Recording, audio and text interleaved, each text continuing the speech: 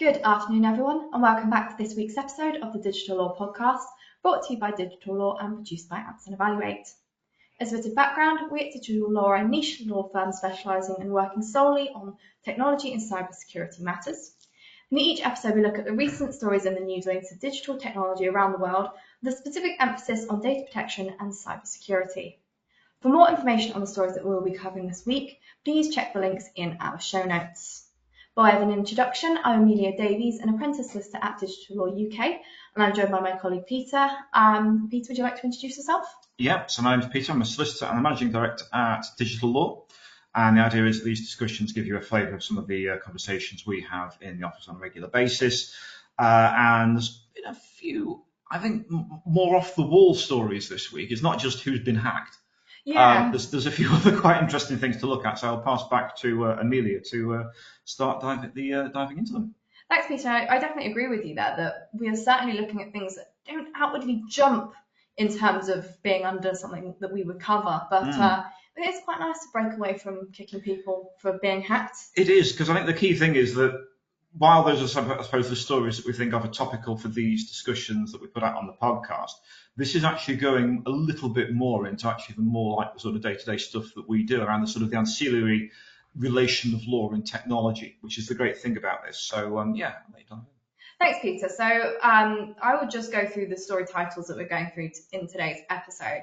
So first of all, we'll be taking a look at a firm's libel claim over Trustpilot reviews, which has been rejected by the High Court. Then be looking at Network Rail's use of AI to read passengers' motions. The Post Office's apology after the sub-postmaster data leak. The first million breached Ticketmaster records released for free. Apple accused of breaking EU competition rules. And finally, can I dismiss an employee filmed behaving badly at Euros? So just before we dive into today's stories, here is a little bit of background information on our podcast producer, Anson Evaluates. Anson Evaluates are a consultancy company offering a variety of services, including data protection training, outsourced data protection officer services, and specialising in advising clients over multiple jurisdictions. And coincidentally, they've just celebrated their 10th anniversary as well. So please do take a look at their website that is also included in the show notes as well. So diving into the stories for today, we are looking at the Trustpilot reviews first. So essentially, the High Court has struck out a libel claim from a Leeds firm, which claimed to have lost out on work through defamatory online reviews. The debt recovery specialist BW Legal had sued website Trustpilot over 20 reviews that brought down its overall rating. The firm said the hostile reviews had caused the loss of a potential $3.7 million in profit from a potential contract to provide debt services for telecoms company 3. However, His Honour Judge Lewis, sitting as judge of the High Court, granted summary judgment in favour of the website, saying that the firm had not been able to show how many bad reviews had caused a serious financial loss. So, Peter, what are your thoughts here? So, really interesting case this, because we've had, over the 10 years that Digital Law has been operating, we've had quite a few instances where clients and potential clients have come to us saying, there's this bad review online, we're not happy about it, what do we do? And in this instance, this law firm has said, well, not only do we have a bad review, they've then said, well, we think we can prove that we have a loss here. There is this £3.7 million contract that we would have had, in our view, were it not for the bad reviews that we had. And they made the claim thinking, we will make this claim based on this feedback that seems to have been provided that says, these 20-odd reviews on Trustpilot were sufficient to sway 3 away from awarding them the contract. And it seems from having then sort of gone through the analysis that while they had said this was the basis upon which the contract was lost, the more granular analysis then that the court has carried out appears to suggest, well, actually, there were only 3 reviews on Trustpilot at the time the contract was not awarded. And that, if anything, the claimant was unsuccessful in being able to accurately say, we had this loss, and we wouldn't have had this loss were it not for Trustpilot. So it seems actually it wasn't actually quite as straightforward as BW Legal wanted to make out. I think that's the key thing to really emphasize here. I think as well, going back to even the reviews themselves, how often do you realistically review a product or service with a good review? You know, how often do you think, oh yeah, this is such a fab product, I've had such fab service, I want to leave a review? Probably not quite so often as when you're very cheesed off having experienced poor service or poor product, and therefore think, right, I want to warn other people off. And I think there is that misconception that reviews are face value, whereas actually they should be taken with either a pinch or a very large helping of salt, depending on how you look at it. And I think that's just it. And the judge here said that, look, you haven't been able to prove a direct corollary here between the decision that 3 made and these reviews. They weren't able to prove that anyone at 3 had looked at these reviews, certainly not able to prove that looking at those reviews led to not getting the contract. And that's the key thing here, that they just could not establish, certainly to the court's satisfaction. And clearly on this instance, they're saying, look, you simply haven't supplied the evidence. So for the non-lawyers that are listening, summary judgment is where the defendant has turned around and said, we're making an application for immediate judgment based on the evidence before the court because we don't think that you've proved the basis for your claim. And the court's gone, you know what? We agree. Yeah. So this is just a summary judgment, and already they've turned around and said, well, yeah, but we are going to appeal it. I think one of the other key things here as well is that when you actually go into it, the negative or purportedly negative reviews were not from clients.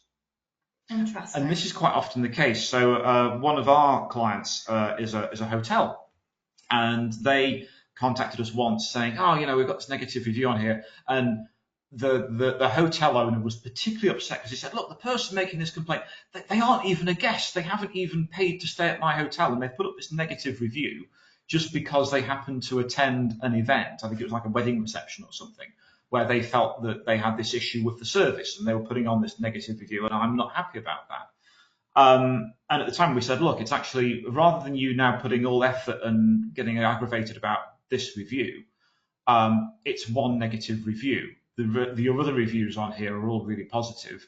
And do you really think, as you said, Amelia, is it necessarily the case that people's decisions on am I going to stay at that hotel or not are going to be coloured by one review that they happen to see on a review platform?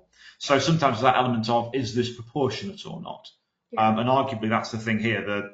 The judge is saying what would have just been 3 reviews on Trustpilot at the time, would that have been sufficient for this multinational communications company to withhold a £3.7 million contract from you just on the basis of 3 reviews from people that weren't actually your customers? I think that's where he's saying this just falls to the ground. Seems a bit far-fetched. I mean, if 3 are widely known, you'd think, someone from their back end would do their due diligence before thinking, oh yes, 3 proxy Trustpilot reviews is the straw that breaks the camel's back on this one. Yeah. Likely not. I mean, I could be corrected, but it doesn't really seem like that would be the case. Yeah, I mean, interestingly, at the end, there's the usual sort of disclaimer where from the law firm saying, whilst we are disappointed with the decision overall, we are considering our next steps, including an appeal. So, this is going to run further. And it could well be they even might apply to set aside the summary judgment saying, well, actually, here is the audio recording of the phone call where the person from 3 said, we're not giving you the contract because of these negative reviews. That would sufficiently change what currently the basis of this decision has been made on. Or it could be that they would have some written evidence that would make a difference. Or it could be that they can show that an IP address associated with someone at 3 had viewed these comments on Trustpilot, though how you get hold of that evidence would be difficult to establish and will probably involve experts and, again, rather a lot of money. But the point being is they may argue, oh, we have more evidence here to bring to bear.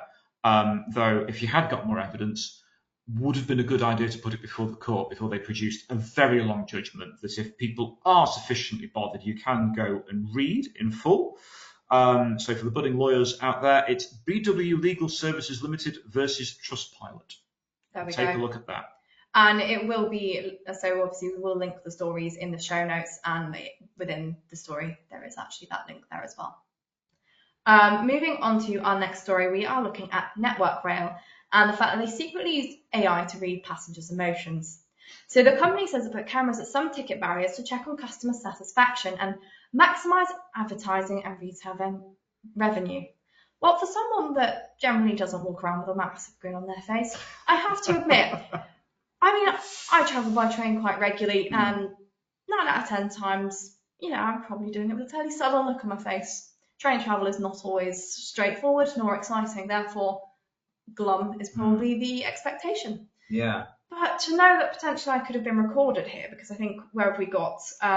Network Rail have been running a trial since 2022 at stations including Waterloo, Euston, Manchester Piccadilly, Leeds, Glasgow, Reading, Marsden, Dawlish and Dawlish Warren. So I know a few of those that I've passed through since 2022, and quite frankly, I'm not very happy about it. And I'm sure other people aren't too. And it was quite interesting actually reading some of the comments, as comment sections are always the most interesting part of the story. It's like, so you needed to use AI to figure out people were not happy, did you? Yeah. But nonetheless, the issue here is not just about the fact that this was taking place, it was the fact that people didn't know about it, and the fact that this information is being analysed by Amazon. So Peter, I'll pass over to you on that one. It's funny, the more I look at this story, the more worrying it gets. First of all, when I'd looked in the list of stations, it was Waterloo and Euston. You kind of think, oh, is this just they're monitoring the commuter lines that, of course, used to be the bread and butter for the rail network, where it was all the people commuting into London 5 days a week that provides a lot of the revenue. But actually, because in particular, it's saying, oh, we've used stations like Marsden, Dawlish, and Dawlish Warren, and you think, well, I don't even know where that is. I think that's Cornwall. Yeah, in fact, I didn't even know Dawlish had a station, but it turns out it does.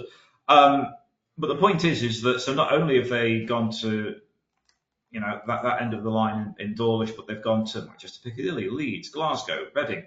These are all actually very large stations, a lot of traffic going through there. And this isn't just, at first you think, oh, it's the rail network, so, is this one of the train operating companies, as usual, making more money than they really know what to do with, so this is what they're going to put in. When, in fact, the rail network isn't making any money and hasn't really done since COVID. But then this isn't the train operating companies, it's Network Rail, which is government owned. So wouldn't they know? And this is like, how joined up government works. So Network Rail seemingly has done this without being aware of the explicit guidance from the UK Information Commissioner, which they had said in 2022 that you taking video for emotional analysis was risky. Exactly. They made it very clear. And I think we've previously even looked at some of the enforcement in this podcast about, I think it was Clearview AI, and how they have been using this technology, and a few other like convenience stores that have been using technology to track potential thieves that come in and shoplifting without knowledge. And again, they face quite severe regulatory action, and yet here we are. Yeah, there's been a problem with the supermarkets doing it. I think it was the Met got in trouble for putting cameras up covering that massive plaza in front of King's Cross station in London. So when you've got people pouring out of St Pancras and King's Cross and that big plaza that very often is an event space, at one point they had cameras up there and they were using AI to potentially profile people and work out, is there any quite slightly dodgy behaviour here and someone loitering or doing whatever. But the point is that they're starting to make this sort of value decision, and the person might not have done anything, but it's just being profiled. So we start going into the sort of the rather dark world of something like Minority Report, where it's like, well, we think you've done something even if you haven't.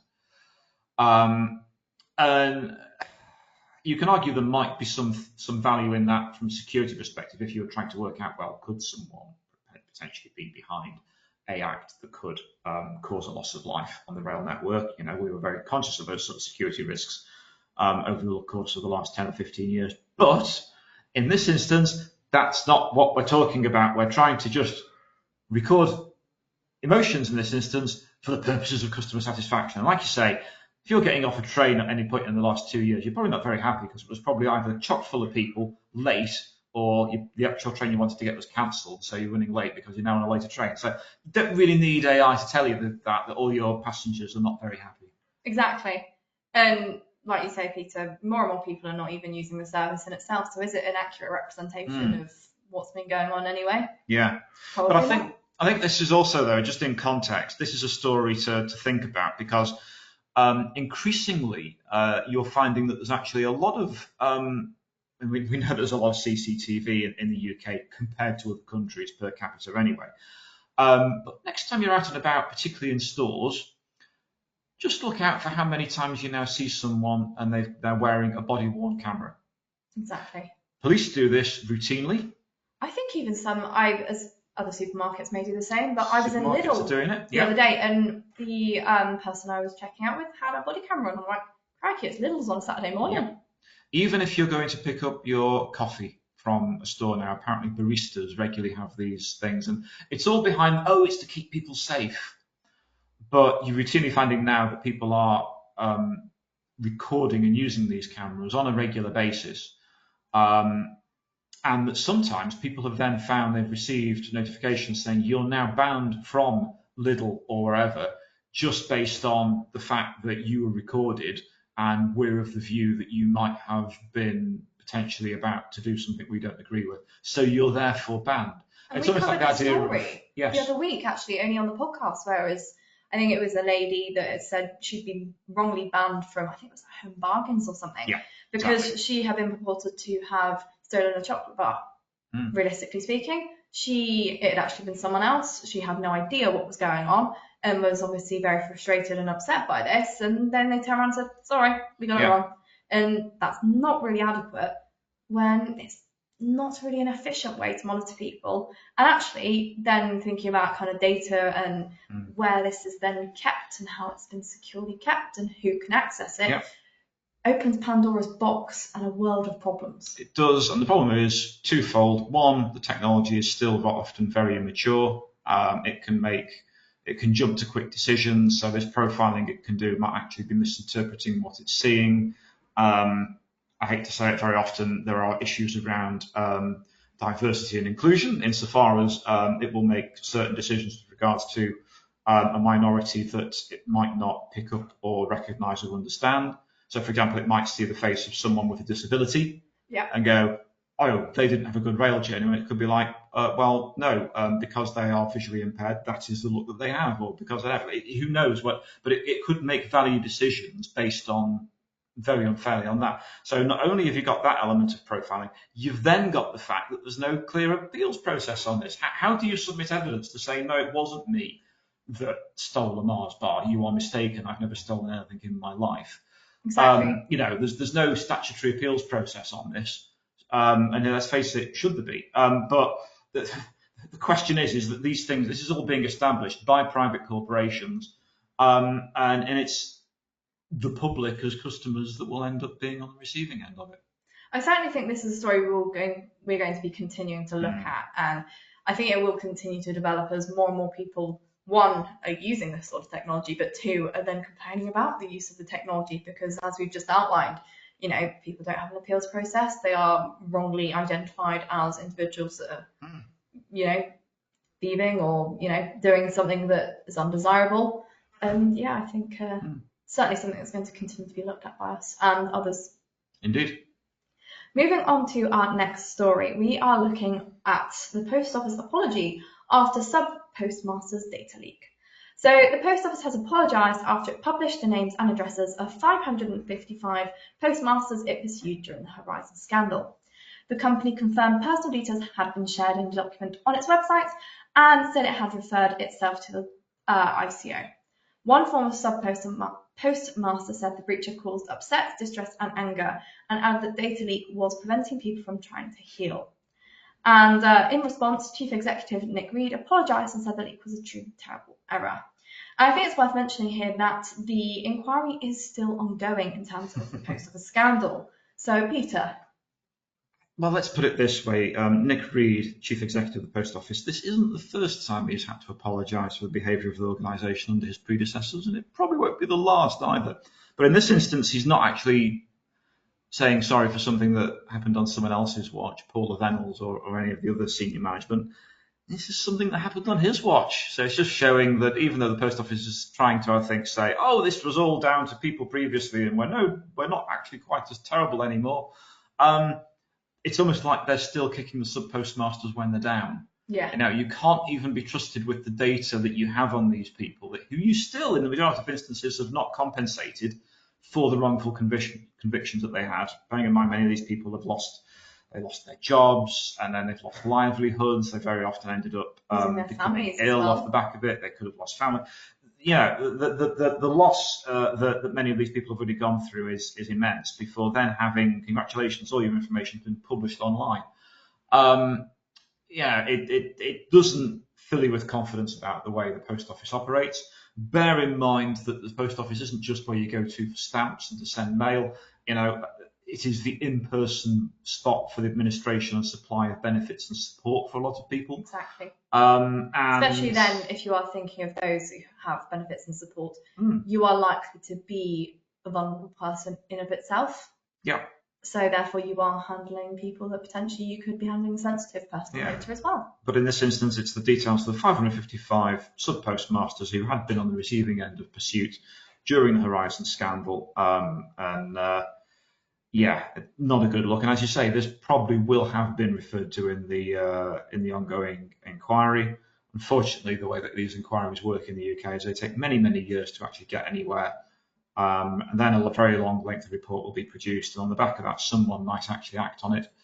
A lot of people will wring their hands and say that they're sorry, but in the meantime, what's actually being done to help the people, of which there are about 2,500 sub-postmasters who were wrongly convicted during a 15-year period before anyone was held to account for it. So this just, you're almost adding it to the pile of insult that these people are already having to deal with. Yeah, exactly. And on that note, let's move on to the next story, I mean, talking of kicking someone when they're down, yes. I mean, next story is not much better. So the first million breached Ticketmaster records have been released for free. So I know that we previously covered in our podcast the fact that I think you're asking for millions and millions to buy these records. But actually, the cyber criminal gang acting under the name Spider gave away the first 1 million records that are a part of the data set that they claim to have stolen from Ticketmaster and Live Nation. And the files are released without a price for free because they essentially said that Ticketmaster doesn't care, so we're going to release them for free and for fun. Yeah. So we're not really going to go into too much detail here, but it's just rather that this has happened and it's an ongoing process.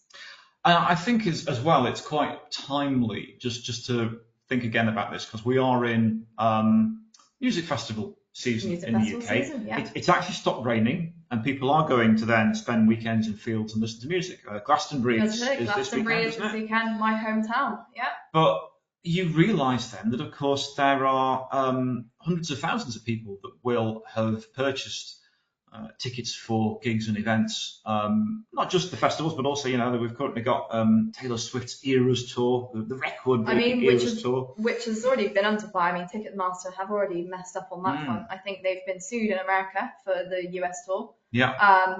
I think there could be some issues as well with this tour. I believe that some tickets have been sold twice, and therefore people were not allowed in some cases and some venues. So Ticketmaster are not already in the best view of the public, and this is not going to help.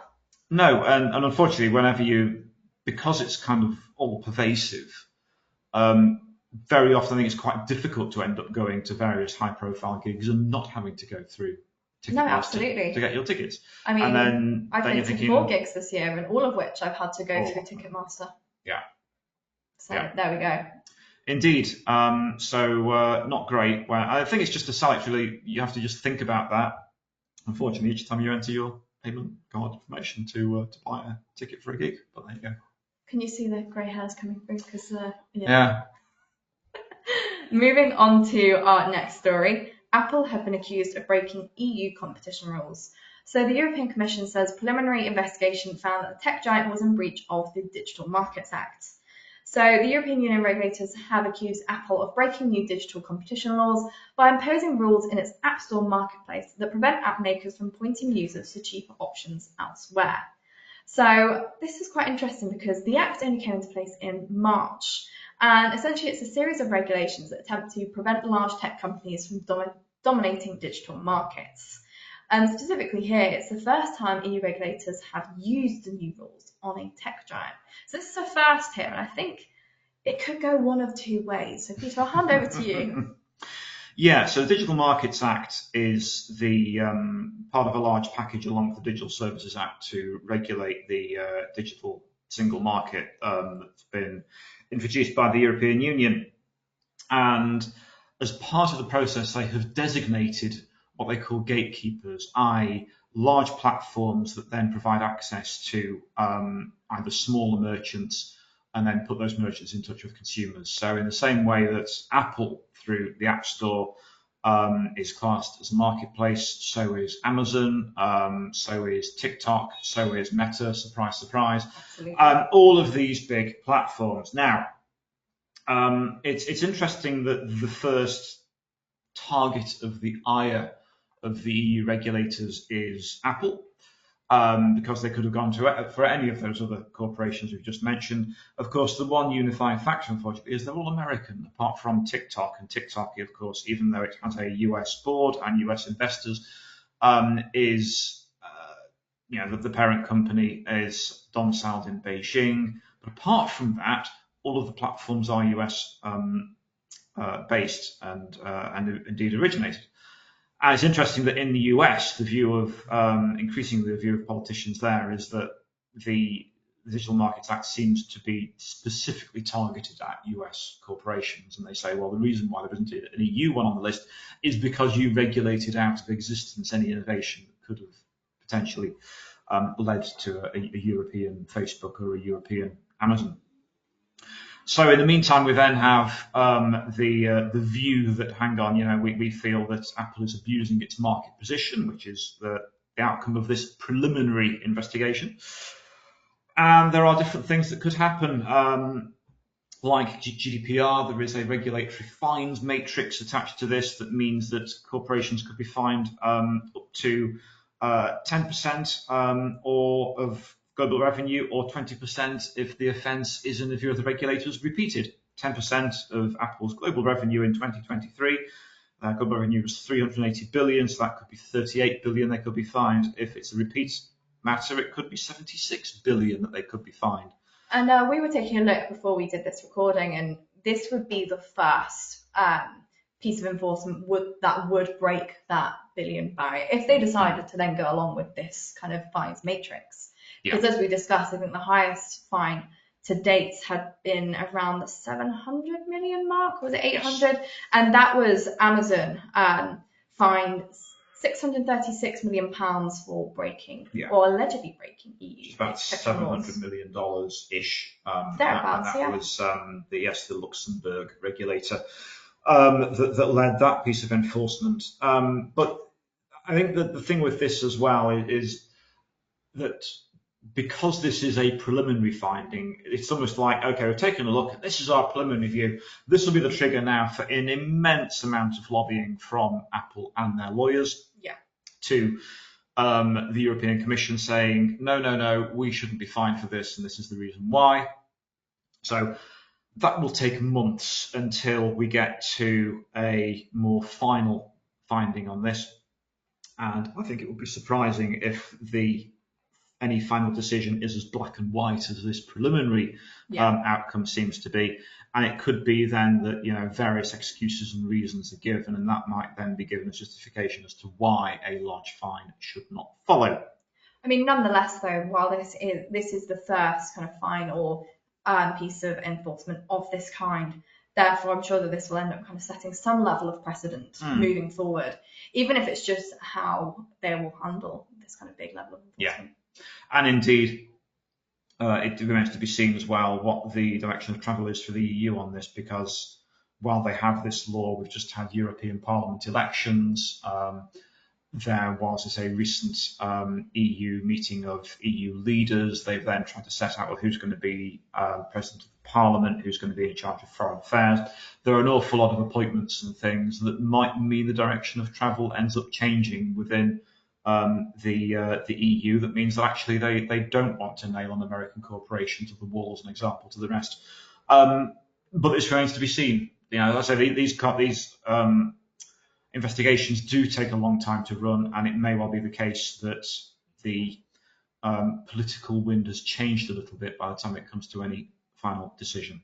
But also, as I say, there'll be a lot of lobbying in the meantime as well. A lot of vested interests are potentially being interrupted with here, both in terms of Apple and also I'm sure the US government will have something to say about this as well. Thanks, Peter. So moving on to our final story of the day. And this is looking at whether you can dismiss an employee filmed behaving badly at the Euros. So every time there's a large sporting event, there are questions like this. And the simple answer, realistically speaking, is yes. You can dismiss an employee for their behaviour outside of work. However, as with all dismissals, you should still have to follow fair and proper procedures to avoid ending up at an employment tribunal. So unfair dismissal is one of the main reasons for tribunal claims, and the success of these claims mainly turns on the policies and procedures followed by the employer. Because it's not an employer's job to police what employers do with their own time. Employees do have a right to private life. However, when that private life becomes public, it can be linked to your business, and that's when people need to act. Because outside work will not always be sufficient grounds to secure unfair dismissal. You have to take into account a fairly large amount of considerations. Yes. So I think let's have a disclaimer on this. We are not HR law specialists. However, this very helpful article was in the Times today, and indeed it references an interview with one of the directors and founders of Peninsula HR. So it's them saying this. But so the point is, though, is that this always comes up whenever there's anything like, in this instance, it's the Euros, but let's face it, every year there's a World Cup or a Euros. And I mean, we're into the Olympics this year as well. We've got Paris 2024. Yeah, the Olympics, you've got Six Nations Rugby, you've got cricket, you get the Ashes. And quite often there's instances where people may attend these sorts of things, and have they taken the day as leave? Did the employer know they were going? What is it they're then recorded doing? It's one thing, for example, if you take leave and then you're seen, in this instance, it was the fact that someone's written in saying, well, look, an employee was caught on social media. There was a video recording of them chanting some songs that inappropriate. Let's just leave it at that. They were inappropriate England songs. You don't need to imagine too much what those possibly could have been. So there's that element of sort of, hang on, does this person's behaviour then denigrate the reputation of the firm? So, for example, you have to bear in mind, well, what is the role of the person? What is the thing they've been accused of doing? I mean, for example, if, say, you've got someone who is that they end up being seen or doing something that impinges on their,